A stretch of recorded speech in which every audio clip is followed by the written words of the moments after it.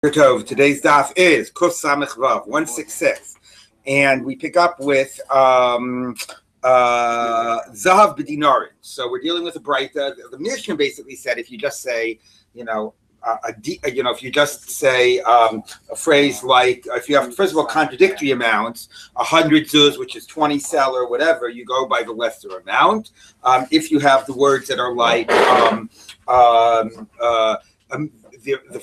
borrowed dollars in the amount of blank, or slaim in the amount of, slaim whatever without the number, then you just assume two. Okay, so that was pretty clear. But then the Breita quoted in the Gemara said that if you basically said, let's look at the first line of the Breita, go back to the Gemara on the bottom of Kuf Samachem with Bet. We won't read the whole thing, but the first line to remind us, Tanu Rabbanan Amar Kesef, silver, ein pachas midinar. That's one kesef, 1 dinar. And the Gemara discussed like you interpret it as a coin and not as an ignit of silver. Kesef dinarin, the dinarin kesef, dinare of silver, so ein pachas mishnei dinar. So the minimum is 2, and you can't prove more. That's what you assume it means. But then became the interesting halacha, which is kesef bidinarin, kesef in dinare. So ein pachas mishnei dinarim zahav kesef. Then it's 2 dinari worth of gold, silver in the amount of 2 dinari worth of gold. Some of you interpret it in the opposite metal, and the same is true if you say dinar. You say zahav bidinare, then you mean gold in the amount of 2 dinari of silver. So that's very bizarre. When you use the bet, you interpret it to be in the amount of the other metal. So that's what the Gemara is now going to look at. So let's top of Kuf Samech Vav Amud Aleph. Zahav bidinarim, gold in dinare. Ein pachas mib'shnei dinarim kesef zahav. So 2 dinari of silver worth of gold. So why, if we're dealing with gold, you interpret the word dinare to be silver? And the same you could ask in the beginning of the Breita. So ve'ema dahava pricha. So first the question is, maybe it means like little slivers of gold. Okay, maybe it means slivers of gold worth 2 dinari of gold. And again, the dinari would still remain within the gold context. So the Gemara says, "V'ema dava pricha betray dinari dahava kamar." Maybe it's sort of slivers of gold worth 2 dinari of gold. Amar Abaye yad bal ashtar ala tachtona. Yeah, but the burden of proof is on the one who's trying to extract the money, the person with the star. And since he has the burden of proof, we're going to interpret the word bidinare to mean in dinare of silver, in a different dinari, in a lesser, valuable dinare. Okay, but if the point is that we're always going to interpret it to mean the smaller amount, then when somebody says dinarim, somebody says silver bidinare, you should also say it means in silver dinare, right? If the reason when you say gold in dinare, we mean gold in silver dinare, because you're always going to interpret it as the lesser amount. So silver in dinare should certainly mean silver in silver dinare. So we still don't understand it. So we'll read the parentheses because that helps explicate the question the Gemara is asking. So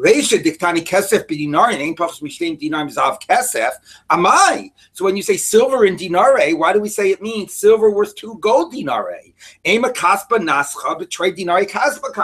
Say it means slivers or ignits of silver worth 2 dinare of silver. If we're going to interpret the ambiguous in dinare to mean silver, because yad bal ashtar tachtona, we should certainly say that when you're starting with silver.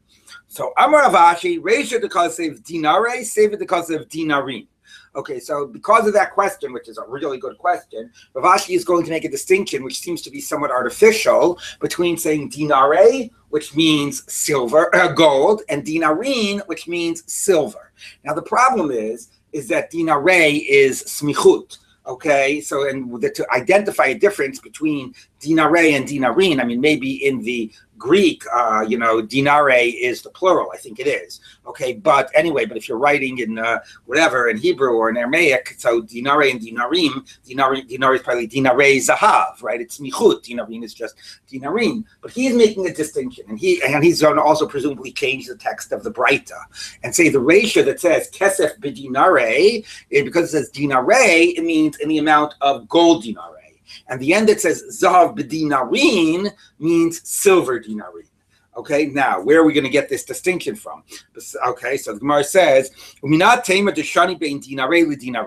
you see to make that distinction? The Tanya, we talk in the Brisa, a woman who has 5 births and she doesn't know if all 5 of them, and they were all miscarriages. And she doesn't know if maybe all 5 of them were real births. The child had already been, developing for 40 days, or whether it was before 40 days. That determines whether or not it was considered to be an actual, Leida miscarriage or not, whether the child had been begun to have been formed. And therefore, so she could be chai from anywhere between 0 to 5 korbanot. When a woman gives birth or miscarries after 40 days after development of the fetus of conception, she's obligated to bring a korban to make her tahor. Okay, she has a chiv korban, and the bringing of the korban finishes the purification process right after she goes to the mikvah in 40 days or 80 days, depending on whether it's a boy or a girl or so on. Okay, so here she doesn't know whether anywhere between 0 and 5 of these births of miscarriages were halachic births, or she bled 3 days in a row. Now, if a woman bleeds 3 days in a row, she's not pregnant. If a woman bleeds 3 days in a row, if it's during her normal menstrual period, she's a nida. Even if she bleeds for a day, she's a nida. But if it's during her non-menstrual period and she bleeds 3 days in a row, she's a zava. The difference is that a zava is tme'ah for a longer period. She has to wait for 7 clean days. We've somehow conflated the two in our contemporary observance of Hilchos Nida. And to finish the purification process, in addition to going to a mikvah, she would actually bring a korban. So this woman bled, in multiple months, 3 days in a row, but her cycle's all mixed up, and she has no idea whether the bleeding occurred during her nida period or during her ziva period. So she is anywhere between a zava 5 times and 0 times. Okay, so how many korbanot does she have to bring? Rabbi, okay, so yes. If it's not a halachic late, if it's less than the 40-day period, right? She doesn't have to wait the 40 or the 80 days either. Correct. Is that correct? Correct. And and she wouldn't be tme'ah. Well, unless there was the bleeding might make her tme'ah, but the later would not make her tme'ah. That is correct. Okay. So now. The korban she's obligated to bring is 2 birds, one for an olah and one for a chatas. So the rabbi said, look, we've got to let her bring 1 korban, because if we don't let her bring 1 korban, this woman will never be able to eat korbanot in her life, because until you bring the korban at the end of the process, you could touch things or whatever, and touch truma or whatever, but you can't eat korbanot. She's never fully tahor. So we have to let her bring 1 korban. There's a bit of a problem. What do you mean let her? Maybe we should obligate her to bring 5 korbanot, because maybe she's chayifa. The problem is, olot she can bring. You can bring as many olot as you want, whether you're obligated or not. A chatas you can't bring unless you're obligated. So there's a tradition that a woman or a person who is in this case needs to bring a chatas, not for a sin. If you don't know whether you're obligated a chatas for a sin, you don't bring it at all, or you bring an asham talui depending on the circumstances. But a chatas that is part of mechusrei kapara. Mechusrei kapara means, thank you, when the korban is necessary to finish the purification process. That's the category of mechusrei kapara. Okay, and in those cases, if you don't bring it, what are you going to remain tummy your whole life? So you bring it and it's not eaten.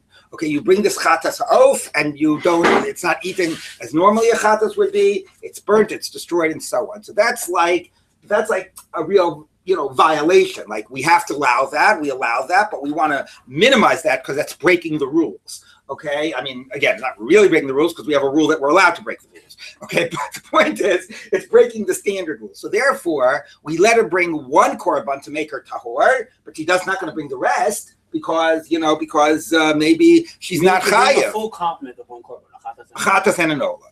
Okay, but she's not going to bring the other 4. So korban achad v'oches bizvachim ve'eina shar lechova. She has no obligation to bring the rest, and not only no obligation, we won't let her.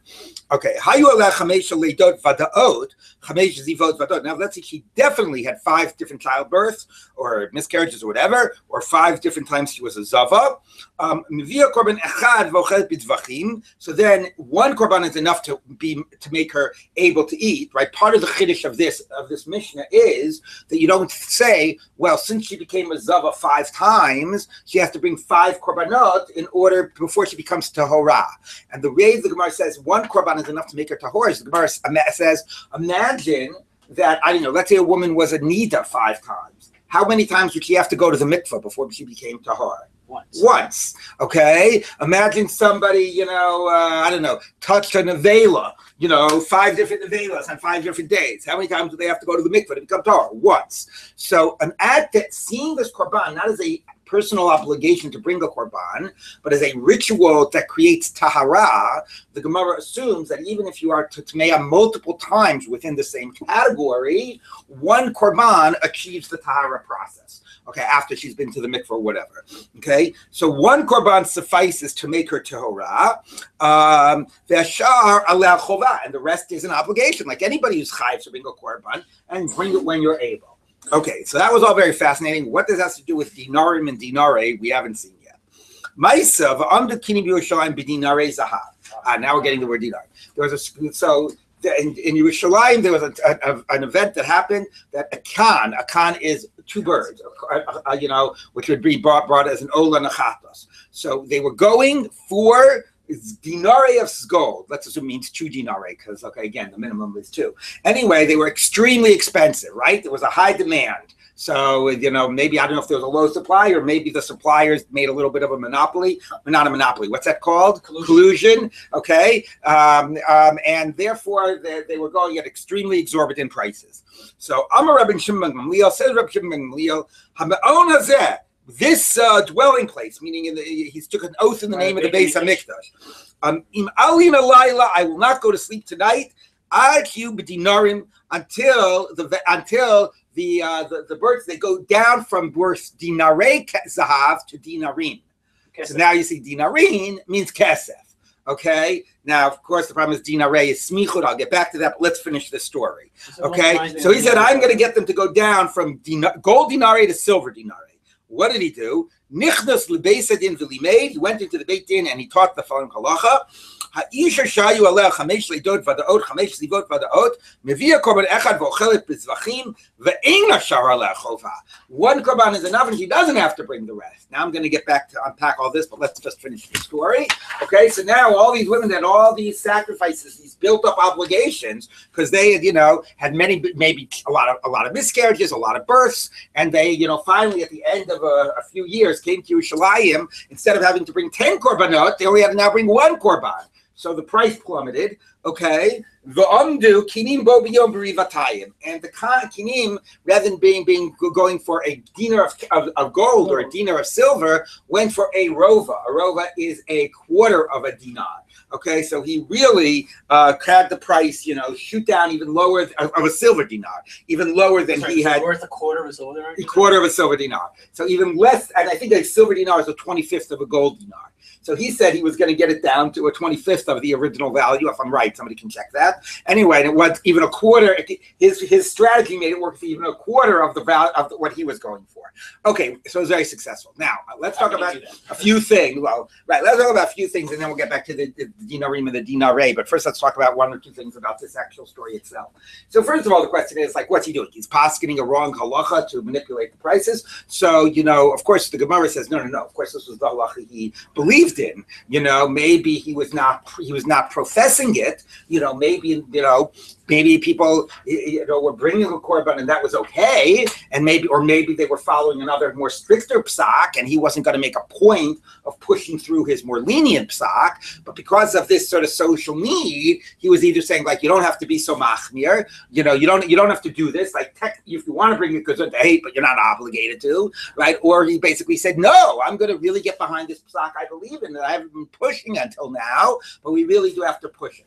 It's all very interesting the way in which rabbis, at different stages, sometimes use their either psak or takana muscle in order to, protect the people so that the religious obligations would not lead to runaway prices. I think there was a time that recently where there was some group of rabbis basically were saying that people can't spend more than a certain amount on a lulav and an esrog.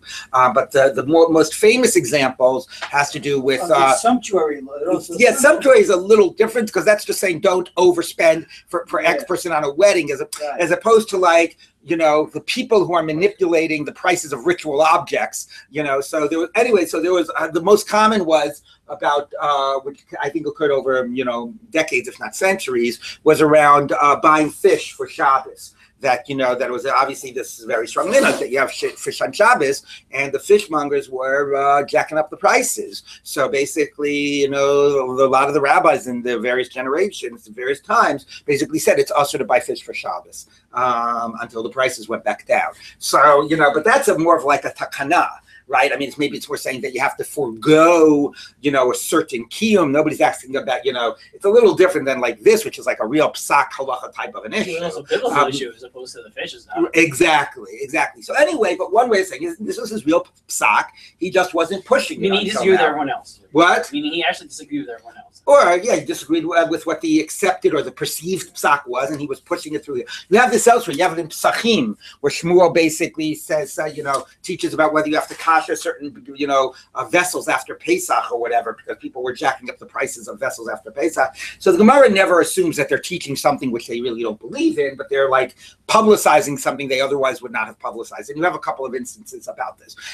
Now, the question, though, still is, that Tosfos asks, is we've never seen this position yet, that if you have 5 leidot, you bring 1 korban and you don't have the rest as an obligation. And Tosfos says if you look at all the other evidence and all the other Gemarot, nobody ever says that. If you had 5 separate leidot, of course you're obligated to bring 5. So he says that the actual girsa is the hashara lehachova, not ein hashara lehachova. That what they actually had been paskening before him was that you had to basically bring all 5 before you were tahora, okay? And and then he said he corrected it to what we had been teaching earlier. But the difference is, okay, but it's one thing to say eventually I'll get around to bringing my other korbanot, but the more urgent thing is that I bring 1. Okay, so there, even though he did not exempt these women from the ultimate need to bring however many korbanot they had to bring, by removing the urgency and saying all you have to do right now is 1. The rest you can worry about, worry about later. Worry about when you find a good time to buy the birds and they're not going at a high price or whatever. So by removing the urgency, that affected, had a serious impact on the prices in the markets. So there's an interesting question about which halacha he was teaching. Yes, Rabbi. It's related to the idea contemporarily where the idea of revisiting minority opinions from generations past to address social issues or other sort of like being somech on a das yachid b'shas hadachak, but seeing the shas hadachak, sort of being right, like to address serious economic, social types of concerns. Yeah, absolutely. And definitely people that have historically more tried to promote the explicit or at least conscious use of values or policy in the process of psak, like have really made reference to these types of gemaras. Like if you look at like Eliezer Berkowitz's writings or others, like they have sections where they say, look at here are all these places where the rabbis were very consciously factoring in policy into their psak halacha considerations. The ironic thing is that everybody factors in policies. The question is just which policies, the liberal policies or the conservative policies. So anyway, that's a separate conversation. But yes, now let's get back to the dinarim and dinarei. So the question is, what type of a proof is this? Dinarei zahav is smichut. It's not that the word dinarei by itself means zahav. Actually, you could prove the opposite. And it just said dinarei. If dinarei by itself meant zahav, they would have just said dinarei. They wouldn't have said dinarei zahav. So Tosfos asked that question, and I just want to read one line of Tosfos just so you see that Tosfos' discussion of grammar for the grammarians among us. So he says, Amar Ravashi Reisha Dichsiv dinarei. Okay. Wait, is that the one? No, the next one. Lefia Svarim, the next Tosfos. Shegorsim achiu b'dinarim v'lo gorsim b'dinar shel kesef. Leidan hechi pashim minei dinarei shel zahav v'dinarim shel kesef. I don't understand what the Gemara is learning out here. Dioma haydi kamer dinarei shel zahav gabe zahav. Why does it say dinarei with the zahav? Machmas hadevekuti, which is what we call smichut. Okay, because of the way in which the words are, not juxtaposed, but linked, that it's like possessive. Dinarim of zahav is dinarei. Maybe dinar, dinarim, whatever, all means silver. And if you want it to mean zahav, you have to put in a modifier. Dinarim shel zahav, dinarei zahav, etc. Dinarei still by itself would not mean gold. Where do you get the idea that dinarei by itself means gold? So in order to answer this, Tosfos switches the girsa so that both the Reisha and the Seifa have modifiers. but the Reisha says dinare zahav, and then it says ad yamdu. I'm not going to go to sleep. Ad yamdu b'dinarim shel kesef. So the question is, I don't understand. If both of them need a modifier, neither of them means stam, and both of them means a modifier. Why here did you say smichut dinare zahav, and here when you were talking about silver, you said dinarim shel kesef? Why not say dinare kesef? So that's the diuk. Now it's a very small point. The fact that here you say dinare zahav and here you say dinarim shel kesef means that when we're going to be talking about gold, we're going to use the word dinari, and when we're talking about silver, we're going to use the word dinarim. Aren't you persuaded? Okay. Now we're going to move on. What? No, they're both smichut. One you're going to say dinare, and the other you're going to say dinarim shel. Right. Dinarim shel isn't grammatically smichut. Right? Smichut is where the shell. Yes, so but they both have modifiers. Right. Okay? But the fact that we chose this way to express the modifier by gold and this way by silver means that the word dinare is going to be defaulted to mean gold and dinarim defaulted to mean silver. Right. I don't know what to say. We're going to move on. There's not too much to say about that. Okay. Next point. All right. Let's now start at the that. I know. Okay. Now, now, what happens if the Mishnah goes on to say, if you have a contradiction of the top and the bottom, okay? So the top says, 100, and the bottom says 200. So you go by the bottom, okay? The bottom is seen as to be the one that is, is authoritative if there's a contradiction. Why it doesn't spell it out, I really don't know why. Maybe it's because it's near the signature of the witnesses. You don't need the bottom. You could just say it once, and then you'll go by it once. But if you have it twice, it goes by the bottom. So the Gemara says, so then why do you bother saying that having the top one, right? If you're really just going to go by one and it's going to be the bottom, why even say the one at the top at all? To which the Mishnah answers, not that the top will win out if there's a conflict, but let's say there's something got erased. Let's say the bottom said like this, okay? That digit got erased. So because you wrote it twice, it's sort of like a backup copy, So because you wrote, they didn't have backup copies, but because it appears twice within the document, if in this line a key thing is missing, you can fill it in from the top. That's what the Mishnah said, okay? If one letter gets erased, you can fill it in from the top. So let's take a look at the Gemara. Okay, Tanu Rabbanan, a rabbi's taught. You can learn the bottom from the top to fill in one letter, but not to fill in two letters. Now, Kigon, I gave the issue about in terms of the amount. The Gemara is going to give the issue in terms of the person. Who's owed the money? So it says, David owes Hanan me Hanani. So on the bottom, it says here, David borrowed $100 from Hanani. And here it says, David borrowed $100 from Hanan, and there was some letter that got erased. Was it a... Nun Sofit doesn't seem to be. It seems like we're dealing with a question of erasure, okay? But who knows? Maybe that was Hananiah, or maybe that was, I don't know, Hananel, or something like that. So we can figure out that means Hanani at the bottom. We can figure that out. And now we know that that's the one you owe the money to, okay? That's Otachat. That's Otachat. V'anan me anani. So the Gemara says, now, what about if this was Hananel? You can't learn it. You can't learn it out, even though clearly this has two letters erased. So the question is, first of all, let's just pause for a moment. Well, let's read the Gemara. The Gemara is going to ask why not, but the Gemara answer is not going to be so clear. Okay, so the Gemara says like this: why can you not learn out two letters?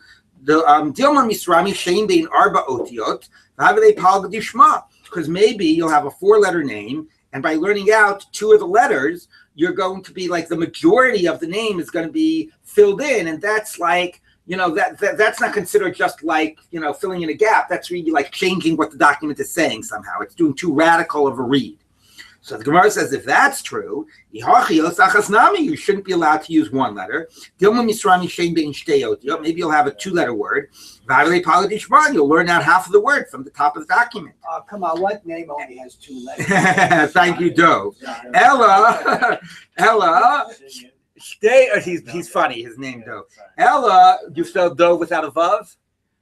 That's a very interesting question. In the Tanakh, I think it's without a Vav. Yeah. But when I sign my name, I sign it. Oh, I signed mine without a Vav. Okay, anyway, Ella says the Gemara, Ella, shtei otiot, here's the reason two letters, we don't allow you filling in. Dilmi misram shein ben shalosh osios, v'avlei rubadu shema. Because we're afraid you'll have a three-letter word and it'll be the majority of a name. Now, it's still not clear, so I don't know why you'll have one letter. Maybe you'll have a two-letter word. But I guess the point is that anything more than the smallest name of two letters, most, I don't know, three-letter, what? One isn't the majority of two. Oh, right, one is just half of two. That's a good point. Thank you. Right, that's the answer. Okay, so we're afraid that the majority of a name you could fill in, but more than the majority, one more time. Half of a name you could supplement, but the majority of a name you cannot. Thank you. Where's the lashon of majority? So palge is always half, right? Yeah. Right. Now the question is here, okay, but who the heck cares? Who the heck cares if it's Ruba Dishma or not Ruba Dishma? First of all, there's a couple of questions. First of all, Tosa says, I don't understand. So in a case where it wasn't Ruba Dishma, right, you're going to say that this poor guy Hananel can't collect his star because we're not going to fill it in because we're going to have to protect it against cases when it's a three-letter word? Like, how's that fair to this guy? What type of this? Some gzeira? Like, that's, question number one. Even in the case where you don't want to, why are you making this absolute rule? Right? And it's so unfair to the person who really owes this shar. That's like question number. Tosos doesn't have a good answer to that. He just leaves that as a question. He says, I don't understand that at all. Okay, that's point number one. Point number two, though, is why can't you, even if it was, here, we'll do it like this. Even if, let's say, it was a word here. This was Yael, and this was Yud blank blank. So what would be the big deal? Like, why not fill it in? Okay? So the Rashbam says that, we're really not talking that something got erased. We're really talking about the fact that it didn't get written at all. And that the sofer made maybe again, this wouldn't be a good example because a Yud is not somebody's name. But if you go back to this example, Hananel or something, and this was Hanan. So he says, we're not going to assume that the sofer forgot to write two letters. Okay? One letter he could forget to write, two letters he won't. And therefore, we're going to assume that he really meant to say Hanan. And therefore, we'll find some guy by the name of Hanan. Now, the problem with saying that is, number one, it should have been a nun sofit. Number two, the Mishnah is talking about a concern of erasures, not about forgetting to have written, right? And number three is sometimes that won't be a name at all. In the example I gave, if this says like Yael and this is Yud or whatever, it's not, there's nobody by the name Yud that is the person who's owed the money. Right? So clearly, why shouldn't we? That's the more logical thing to do. So Tosa says it is not a case of the sofer forgetting and saying he wouldn't have forgot two letters, so obviously there must be a guy by the name Yud. That's not the case. Okay, the case in the Mishnah clearly is that there's an erasure and we don't know what was written. Okay, and Tosa just basically, that's clearly the pshat. But Tosa just basically leaves it as somehow, if this is what the shtar means, then the shtar isn't clearly testifying to something. You can't fill in an essential part of the edus is almost what it is saying. If you think about the fact two Adim came and testified, right? So they sort of said maybe this is a very loose comparison, but I'll give it anyway. The Gemara says, let's say two Adim were running, the guy was running after somebody with a knife, a murder weapon, right? And he was running, I'm going to kill you, I'm going to kill you, I'll kill you. And he runs into a house and the Adim are running after him and they walk in a second after him. And there he's holding the knife over the guy with blood dripping from it. And the guy's got a stab wound in his heart. They can't testify that he committed murder because they didn't actually see the act. You can't fill in the gaps by edus. You have to see things. Now, there are times you can fill in the gaps. Sometimes we say, hein hein yichud, hein hein bia. If a couple that you sort of assume because of their relationship will most likely be having sex and that they go into private and the witnesses see them and private, you could assume that's they saw them having sex. But for the most part, we don't fill in the gaps. Edus, you have to sort of see directly. So Tosos isn't saying this. My read is now if you looked at the whole thing as edus, which you should, then you're not filling in gaps. Here the Adam actually said this. They said the part at the top, the part at the bottom they were mumbling, if you want to use that analogy. So you're filling the mumbling from the thing they said explicitly. So I still don't really know the answer, but if you look at this as the only real edus, then you could say they're not explicitly testifying to who is owed the money, and you can't fill in an essential part of their testimony from circumstantial evidence, okay? Even though obviously this should be informing it. So that's a way of understanding this. Like I said, it's not really great because why not say they're testifying to the thing on the top as well? But anyway, somehow, even though it's erased and it's not this thing that, the sofer wouldn't have forgot, clearly there was a name here and it got erased and the name wasn't somebody by the name Yud. Nevertheless, the halacha is you cannot fill in more than a one-letter gap. That's getting, that's too much of what isn't being said.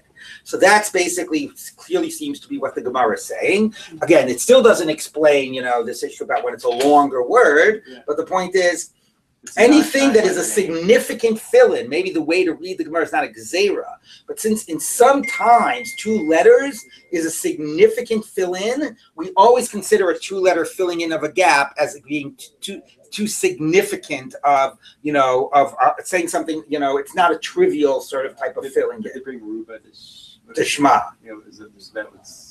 You'd have to say the 9-letter word. It's not Ruba to Shema. But since in some contexts 2 letters is substantial, something like that. It's a very hard Gemara to understand. The last point I'll say is, what do you do with this star? Okay? So the Rashbam would say, in the case where it said, Hanan el up here and Hanan down here, the Rashbam says you find some guy by the name of Hanan and you give him the star. Okay, I mean, let's say it was Hanan el ben Yaakov, and this said Hanan ben Yaakov. You find some guy by the name of Hanan ben Yaakov and you give him the star. Tosa says that's crazy. Tosa says the star just is not used. Like it's unusable, but you don't give it to somebody whose name happens to work out here, when it clearly seems that it's not like the amounts are contradicting. Like if this down here said, Shimon ben Yaakov, and this down here said Reuven ben Yaakov, then you'd give it to Reuven. That's when we say the bottom trumps the top. The same way if this has 100 and this has 200, you make it 200. But if this clearly is like a partial name that's been erased or the sofer forgot some letters, Tosa says you just would void the star. Yes. Well, it sounds like you're interpreting this as the second clause is a repeat of the first clause. Right. But what if is it possible that it's a separate clause? And so the question is not about the first clause, which is not erased, and that can be valid. Perhaps, right. But the second clause, which is not clear who it's for, and so we can't. It could be, meaning the language of the Mishnah, and Tosfos at one point suggests, like maybe they have different emphasis. Maybe the first one talks about how much is borrowed, how much is owed, and then if you think about like Ksuva, at a certain point it mentions like Nechasim the Islan Achrayas, the Lesan Achrayas. So the second part more is explicit about the liens. So they're 2 aspects of the same thing, but one about the loan and one about the liens. Or you could have said that, like, I don't know, maybe the second one isn't even talking, it's only indirectly talking about, this, but we're filling in a gap based on, clear. Well, presumably it's the same actor referred to up here as the actor referred to down there. Well, but they're that's talking. What I'm saying. Like, right. Here's a hypothetical. The star says, I borrowed $100 from Joe and I borrowed $100 from David. Or like Hanan borrowed $100 from Joe and Hananya borrowed $100 from David. Right. So maybe it has 2 separate eduyos, and that's our concern. So in that case, perhaps the clause that's not erased can be valid. Right. And that could be a lot of the difficulties that we're having with this. Right. So, but that would limit it to contexts where it doesn't seem to be echoing the top. In contexts where it seems to be echoing the top, we should be more prepared to fill it in. Right. Yeah. Maybe you said this. This is the top and the bottom sections of a ketubah. In other words, the top section. Similar. Right. I mean, the top of the ketubah. The top of the ketubah doesn't mention the money twice. It first says the wedding, and then it mentions the money. Those are the principles in the Elio. Yeah, there's no chazara sinyonim so much at the bottom of a ketubah. Right. I mean, it mentions first. It says they got married. What? Right. So let's say the husband obligates himself to $100. Right. And also Hananya obligates himself to another $200. Right. I understand. So it's possible. But again, the Mishnah says if you go by the bottom, why even bother writing the top? Yeah. So the fact that the Mishnah says why bother writing the top makes it sound very much that we're dealing with an echoing of what was said at the top. So if we really are dealing with an echoing, it's hard to understand why we shouldn't be able to fill in 2 letters. I said what I could suggest as a way of thinking about it. Yes. Is there a parallel between the wills when we say that we go by the list? Will and testament? No, not really. That's a question about like when we think that he has the right to retract, whereas here there's a question about contradicting and what which is going to dictate. I mean, I see the will will be consistent in itself. It's just exactly. Right. I see a loose parallel, but I don't think it's the same logic. Okay, so let's just read a little bit more. Amar of Papa, Pshitali, it's obvious to me. Safal milmala, the kafal milmata. If it says the word safal on the top and kafal at the bottom, so the Rashbam says, some say that these are just made-up words, but they're just talking about like types of ways in which there are differences. But if you want to say it means something, Tosfos first suggests safal means saf palgi, 60 half shekel or whatever it is, half zuz. And kafal means kuf palgi, 100 half shekel.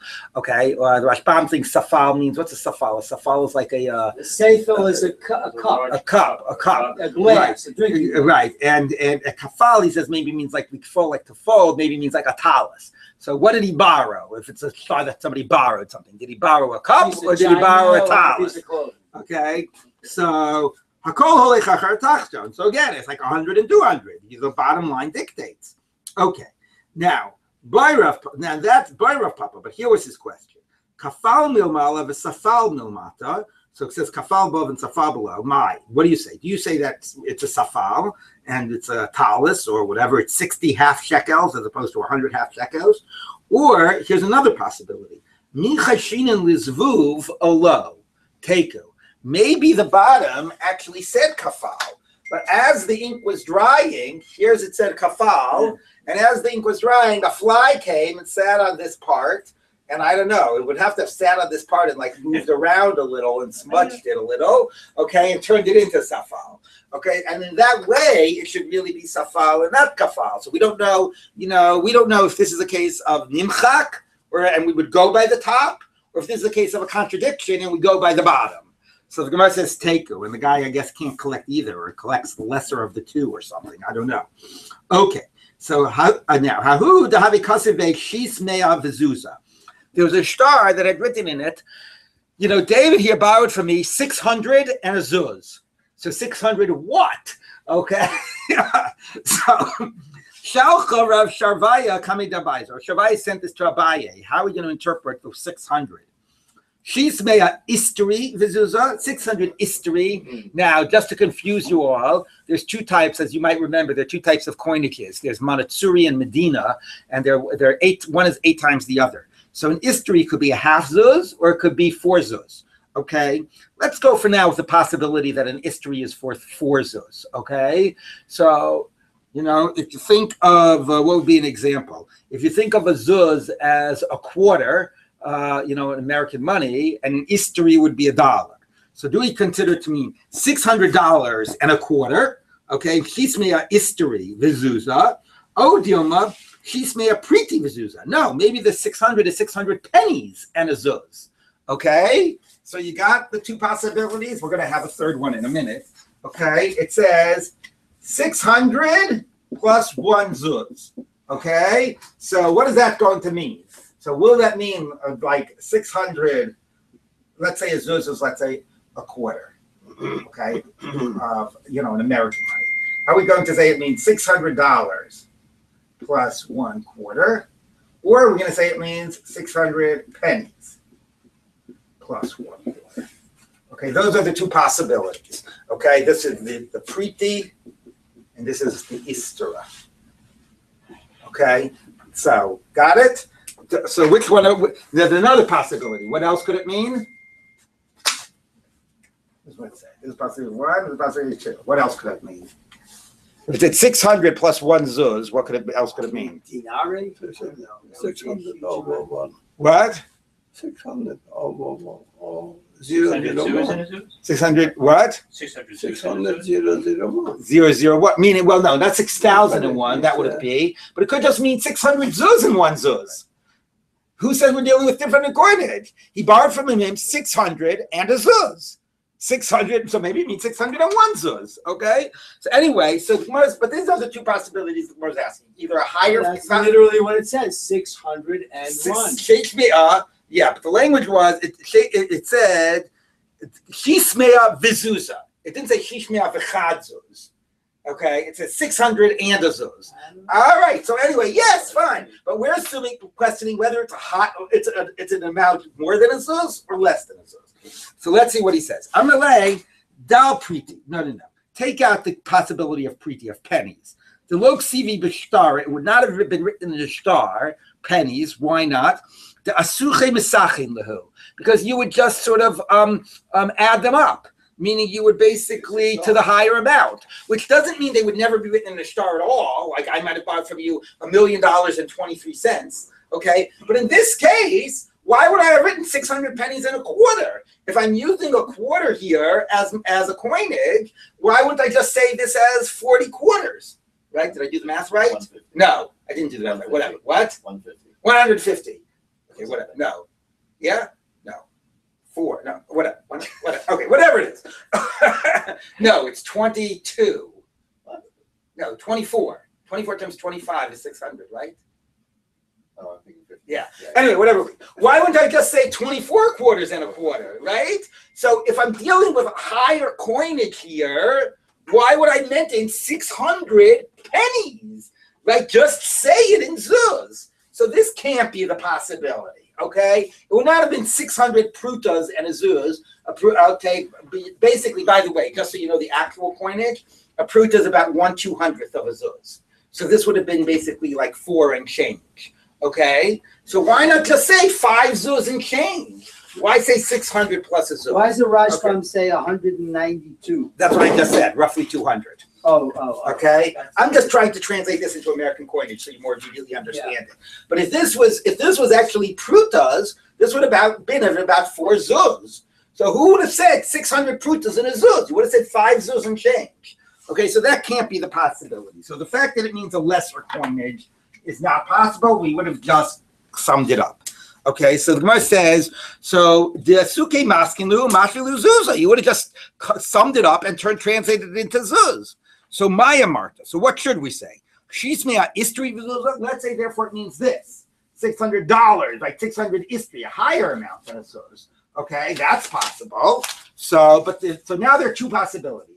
It means $600 and a zuz, or it could mean 600 zuz and a zuz. So which one should you interpret it as? So the answer is, so do we say it means that, or do we say it means, we'll read the parentheses, shishmea zuzeh v'chad zuzah, or do we say it means 600 zuz and a zuz? So to choose between these two, so you guys are trying to figure it out as which is the more logical, and you think, since there's no coinage here, we should go by the coinage mentioned here. That's one way of saying it, but the Gemara has another way of saying it. Amar Rabbi, yad balashtar alachtona. So the Gemara says, forget the question of which is more logical. Maybe we can figure out which is more logical, but we're going to interpret it as the lesser amount. And this is the lesser amount because the istera is a higher coinage. Okay? So this would really be the lesser amount, but we don't say Yad Balashar Tachtona to say an absurd thing. So you would never have said 600 pennies and a quarter. You would have summed them up into into larger coinage. Okay? So we eliminate this as a possibility, and within these two, we pick the lesser amount. Yad Balashar. It's like saying a Motzei Chaldero. Exactly. It's exactly what it's saying. Okay? So this is where we will end for today. This whole discussion answers Rashi's question on Chayas Hara.